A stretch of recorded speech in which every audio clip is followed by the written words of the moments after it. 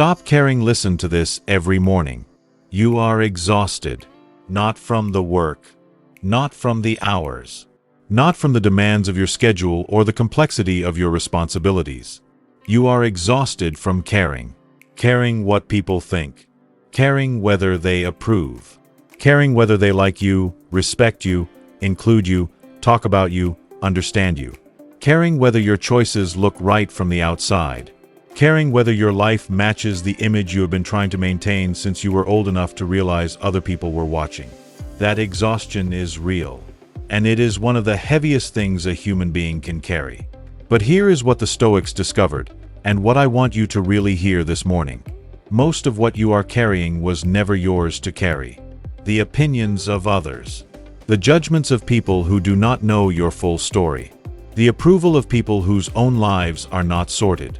The expectations of a world that will shift its standards again next week regardless of what you sacrifice to meet them today. None of it belongs to you. None of it was ever yours. And the moment you stop treating it like it is, the moment you genuinely practiced, deliberately stop caring what does not deserve your care, something extraordinary happens. You get your life back. Not a better version of the life you were performing for everyone else. Your actual life. The one that has been waiting underneath all that exhausting performance for as long as you have been doing this. Marcus Aurelius wrote it plainly. It never ceases to amaze me. We all love ourselves more than other people but care more about their opinions than our own. Today that changes. Welcome to Wisdom Unlocked. If you are new here, this is exactly the channel you have been looking for. Every week we go deep into Stoic philosophy and translate it into real, practical wisdom for the life you are actually living. Subscribe right now. Hit that button. Turn on the bell. And come back every week, because what we build here will change how you move through the world. Now, let's talk about stopping caring. The prison you built yourself. There is a prison that most people live in their entire lives. They did not choose it consciously. They did not sign a lease or walk through the door willingly. They drifted into it, gradually, over years, shaped by small moments of fear and approval seeking until the walls were so familiar they stopped noticing them. The prison is other people's opinions. And the cruelest thing about this particular prison is that it has no locks. The door is open. It has always been open. You can walk out any time you choose. But most people never do. Because the prison is comfortable in the way that all familiar things are comfortable, even when they are harmful. Because the warden is not someone else. It is the version of yourself that decided, somewhere along the way, that your worth depended on external validation. The Stoics named this prison clearly. Epictetus, a man who spent years in literal physical captivity as a slave, said that the man enslaved by other people's opinions was more imprisoned than any man in chains. Because the man in chains knew he was captive. The man imprisoned by approval-seeking had convinced himself he was free. He wrote, "Seek not the good in external things. Seek it within yourself, not outside, inside." The approval you have been seeking, from parents, from partners, from colleagues, from strangers on the internet, from the vague collective judgment of society, it was never the source of your worth. It was never the foundation of your peace. It was never the thing that was going to make the emptiness stop, because it cannot, and it never could. Here is why. External approval is by nature unstable. The people whose opinions you are managing change their minds. Their standards shift. Their attention moves. The thing they praised you for yesterday, they barely remember today. And the thing they criticized you for last year is irrelevant to who they are tomorrow. You cannot build a stable inner life on an unstable external foundation.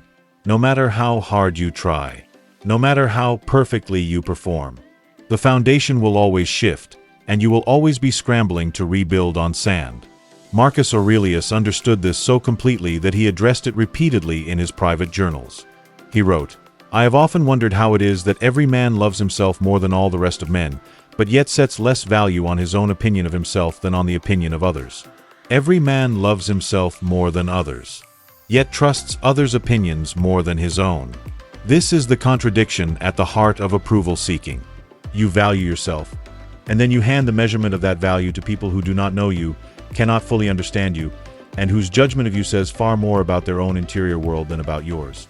The work of stopping caring begins with seeing this clearly, not as an angry rejection of other people, not as a retreat into isolation or arrogance, but as a clear-eyed recognition that the measurement of your worth has been delegated to the wrong source, and it is time to take it back. What the Stoics mean by stop caring. Before we go further, I need to make something very precise. Because when people hear stop caring, they sometimes hear something the Stoics never meant. Stop caring does not mean stop loving people. It does not mean become cold, indifferent, disconnected from the humans around you. The Stoics were deeply relational. Marcus Aurelius loved his family. Seneca poured himself into letters of genuine care and friendship. Epictetus taught with evident devotion to his students. Stop caring does not mean stop improving yourself. It does not mean abandon standards, ignore feedback, refuse to grow.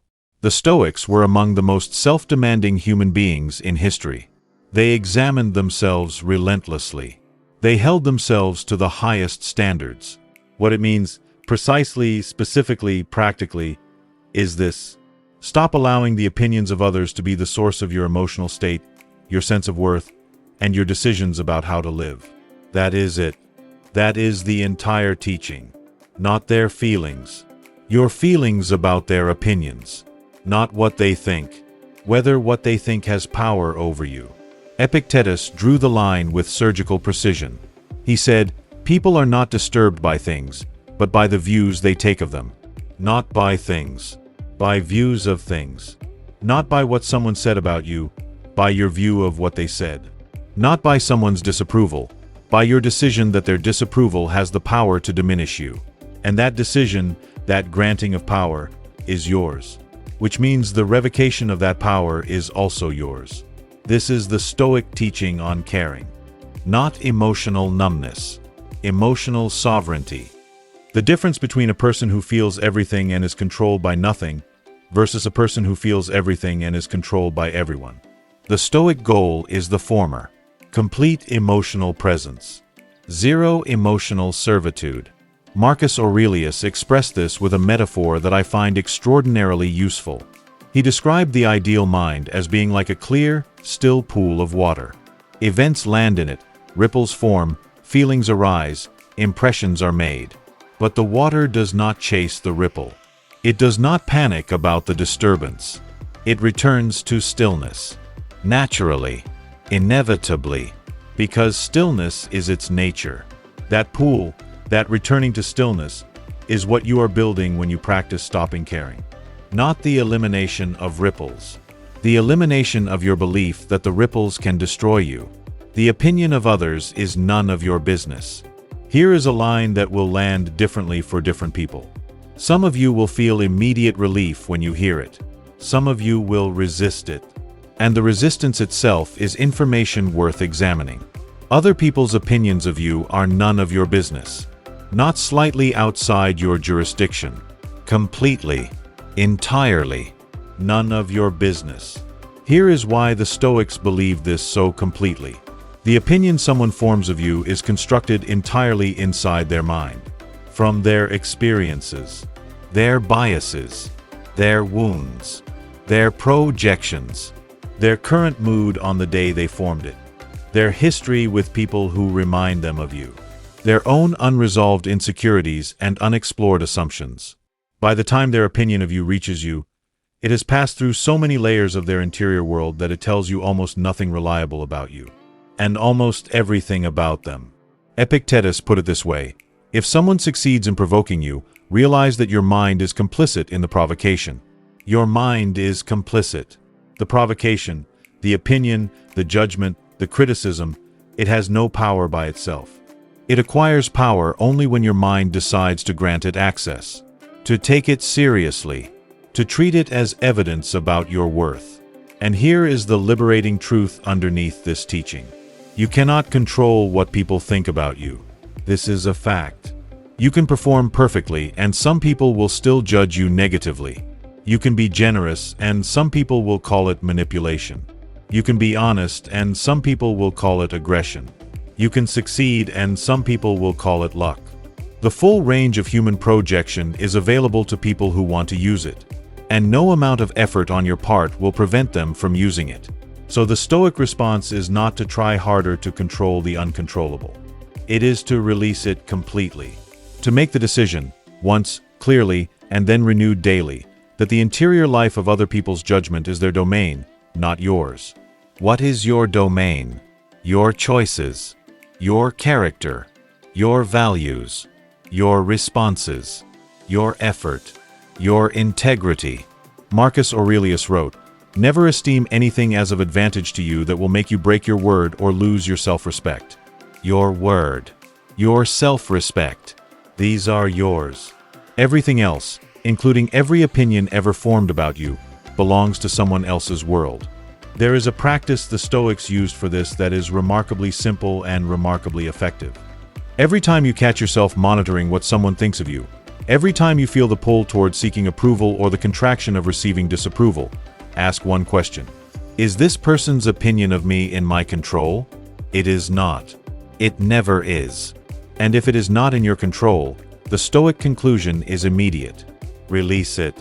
Not with effort or struggle, with the simple recognition that you were never the rightful owner of that judgment in the first place. The freedom on the other side. I want to describe something to you, something that most people have never experienced. Not because it is rare or reserved for exceptional people, but because they have never stayed long enough in the practice of not caring to feel it arrive.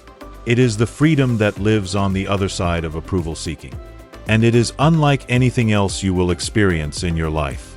When you genuinely, not as a performance, not as a defense mechanism, but genuinely release the need for external validation, something in your nervous system changes. The low-grade anxiety that has been running underneath almost every social interaction you have ever had begins to quiet. The constant monitoring. How did that land? What do they think? Was that too much? Was that too little? Begins to still. And in the silence that follows, a silence that may feel strange and even uncomfortable at first, your own voice becomes audible again. Your actuelle opinion. Your genuine preference. Your real response to what is in front of you. Not filtered through what will be well received. Not edited for palatability. Not constructed to produce a specific impression in the mind of a specific person. Yours. Seneca wrote, "He is a wise man who does not grieve for the things which he has not, but rejoices for those which he has." Rejoice for what you have. And what you have, the one thing that was always entirely yours, is your own inner life. Your judgment, your character, your sovereign response to existence. The freedom on the other side of approval seeking is not the freedom to be reckless or unkind or indifferent to impact. It is the freedom to be fully yourself, clearly, consistently, without apology, in every situation you encounter. The freedom to disagree without it being a crisis. To be misunderstood without it being a catastrophe. To be judged negatively without it being evidence of unworthiness. To fail publicly without it becoming the defining story of your identity. Marcus Aurelius experienced this freedom in the most pressure-tested environment imaginable. He was the most watched, most judged, most commented upon man in the Roman world. Every decision he made was evaluated by millions. Every action was subject to the opinion of senators, generals, philosophers, historians, and enemies. And in his private journals, the ones he never intended anyone to read, he wrote not about managing public perception. He wrote about being good, about doing right, about living according to his values regardless of how it appeared to anyone watching. That is the freedom. The complete decoupling of your inner life from the verdict of the crowd. And it is available to you, not as an eventual achievement after years of perfect practice, as a choice you can make today, in this morning, in this hour, in the next moment when you feel the familiar pull toward approval and choose, deliberately, quietly, completely, to release it. The morning practice of not caring. This is why the title of today's video says listen to this every morning. Because the freedom I am describing is not a switch you flip once. It is a practice you return to daily. And the morning, before the world arrives, before the social interactions begin, before the first opinion of the day lands in your inbox or your feed or your mind, is the most important moment to practice it. Here is the complete morning practice of the person who has decided to stop caring what does not deserve to be cared about. The first practice is the sovereignty statement. Before any external input enters your mind, before the phone, before the news, before any other person's voice or image or opinion, you make a deliberate, explicit statement of where your worth lives. Not in what anyone thinks today. Not in whether today goes well or poorly by external measures. Not in whether you receive approval or face judgment. Your worth lives in your character, in the quality of your choices, in who you are when no one is watching and nothing is guaranteed. Say this out loud, or write it. The physicality of speaking or writing it does something that silent thinking alone does not. It makes the commitment real. It begins the day from the inside out rather than from the outside in. The second practice is the dichotomy of control applied to the day ahead. Look at what the day holds and explicitly sort everything into two categories. What is mine? My effort, my attention, my choices, my responses, my character. And what is not mine? Outcomes, other people's behavior, whether things go as planned, how I am received, what people think. Everything in the not mine category, release it. Not with resignation. With the active, chosen, stoic recognition that your peace does not belong in the hands of anything outside your control. The third practice is what I call the approval detox. Take a moment to notice where you are most tempted to seek approval today. Which interaction, which situation, which person makes you most susceptible to caring about their verdict? Name it specifically. And then ask, what would I do in that situation if I were completely certain that my worth did not depend on how it was received? That question, what would I do if my worth were not on the line, often reveals exactly what you actually want to do. The response that is most aligned with your values. The choice that is most genuinely yours. And it shows you how much of your behavior is driven by authentic preference versus approval management. The fourth practice is the Stoic reminder. One line from Marcus Aurelius or Epictetus or Seneca that speaks directly to the freedom you are building. Read it slowly. Let it land. Not as inspiration, as instruction. Here is the one I return to most often for this practice. Marcus Aurelius wrote, "The best revenge is to be unlike him who performed the injury." But for this morning practice, I want to give you an even more direct line. Epictetus wrote, "Seek not that the things which happen should happen as you wish, but wish the things that happen to be as they are, and you will have a tranquil flow of life." Tranquille. Not because everything is fine. Not because everyone approves. Not because the day goes as planned. Tranquil because you have stopped requiring any of those things as the condition of your peace. That is the morning. 5 practices. 15 minutes. And the day begins from a foundation of internal sovereignty rather than external dependency. What to do when the opinions land anyway? Here is the honest truth. You will do the morning practice. You will set your intention. You will begin the day from a place of genuine internal sovereignty. And then someone will say something. A comment. A criticism. A dismissal. A look that communicates judgment without words. And you will feel it. The contraction. The familiar pull. The old pattern activating before your intention has a chance to intervene. This is not failure. This is human. And the Stoics prepared for it completely. They did not teach that the practice of not caring would make you immune to feeling the impact of other people's opinions. They taught that it would change your relationship with that feeling. That the feeling would arrive, and you would not be destroyed by it. The gap between stimulus and response. That is where the Stoic practice lives. When the opinion lands, when the criticism arrives, when the judgment registers, when the disapproval is felt, here is the Stoic response sequence. The first step is to pause. 1 breath. 1 deliberate moment of not reacting. Because the first response to any impression is almost always the least examined response. It is the automatic pattern. The conditioned reaction. The habit built over years of caring too much. 1 breath is not delay. 1 breath is choice. The second step is to examine the source. Not with contempt, with genuine curiosity. Who is this coming from? What do I actually know about their judgment? Is this person someone whose opinion is informed, relevant, and grounded in genuine understanding of my situation? Or is this the opinion of someone looking from the outside with partial information, through the lens of their own unresolved interior? Most of the opinions that carry the most weight in your emotional life will not survive this examination. Not because people are bad, but because their view of your life is limited in ways that their confidence in that view does not reflect. The third step is to extract what is genuinely useful. Because here is something the Stoics were clear about: not all criticism deserves to be discarded.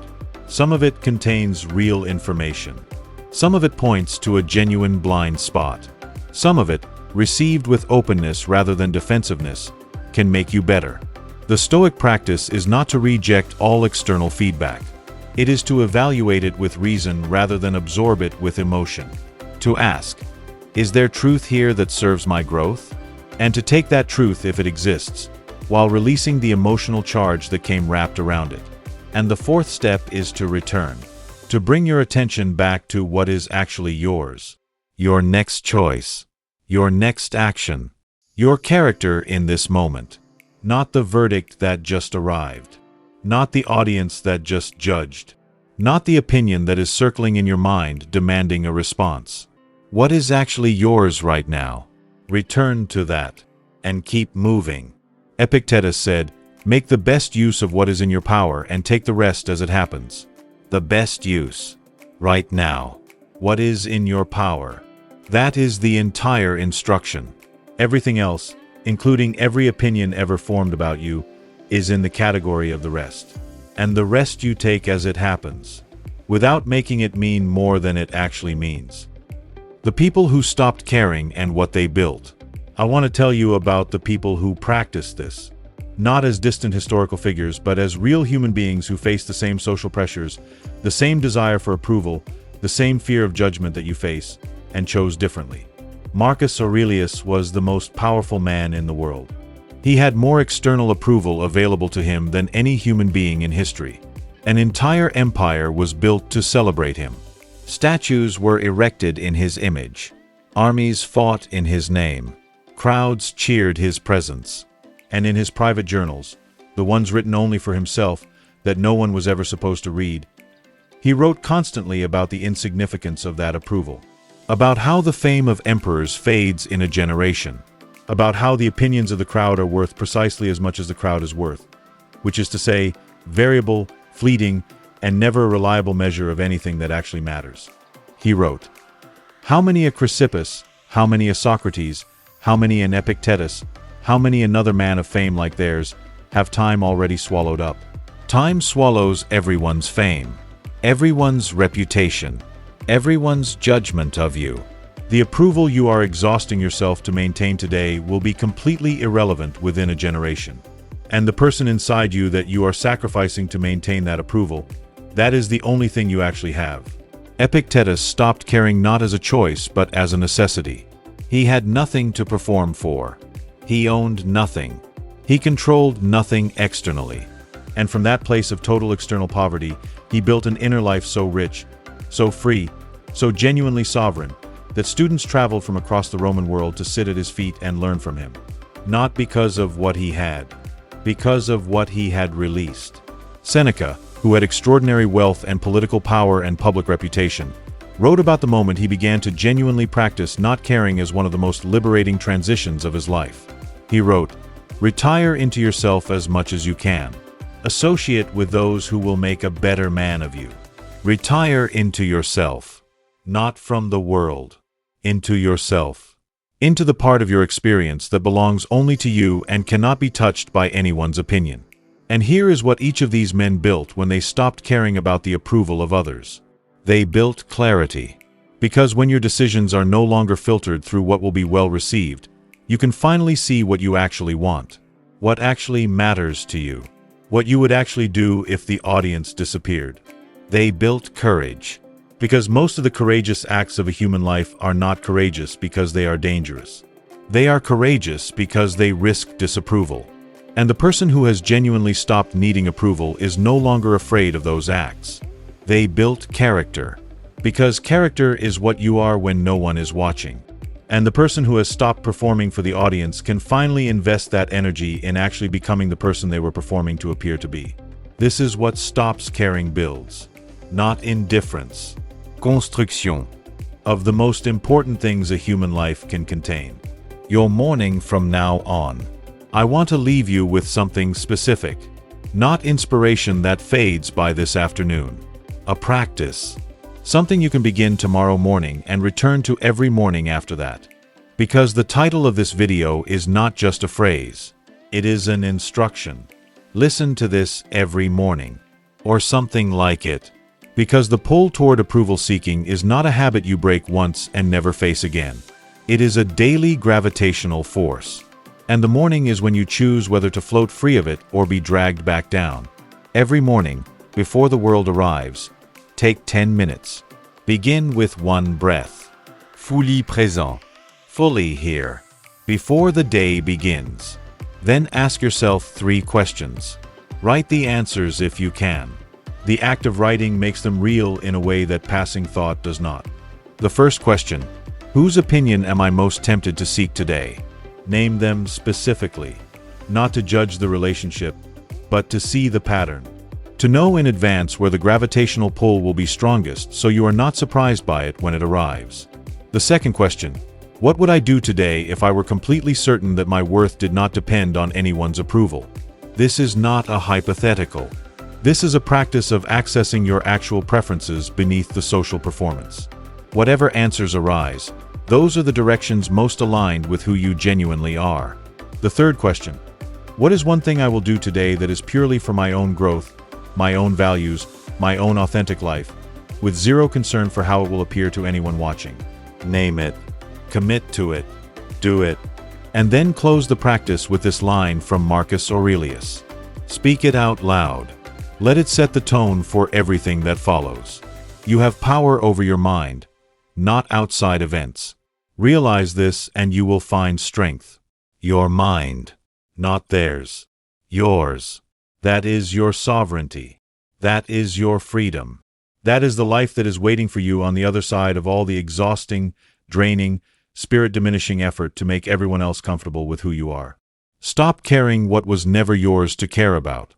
Start living the life that has been waiting for you to finally show up to it. If this video met you where you needed to be met today, if something in it shifted something in you, do one thing right now. Subscribe to Wisdom Unlocked. Hit that button. Turn on the notification bell. Because every week on this channel we go this deep into the Stoic philosophy that actually changes how you live, not just how you think about living. This is a community of people who have decided that their inner life is worth protecting, that their peace is worth building, that the ancient wisdom of the greatest minds in history has something real to say to the challenges of right now. There is a place here for you. Subscribe. Share this with someone who needs permission to stop caring. And listen to it again tomorrow morning. Because we are just getting started. Stay disciplined. Stay present. Stay free.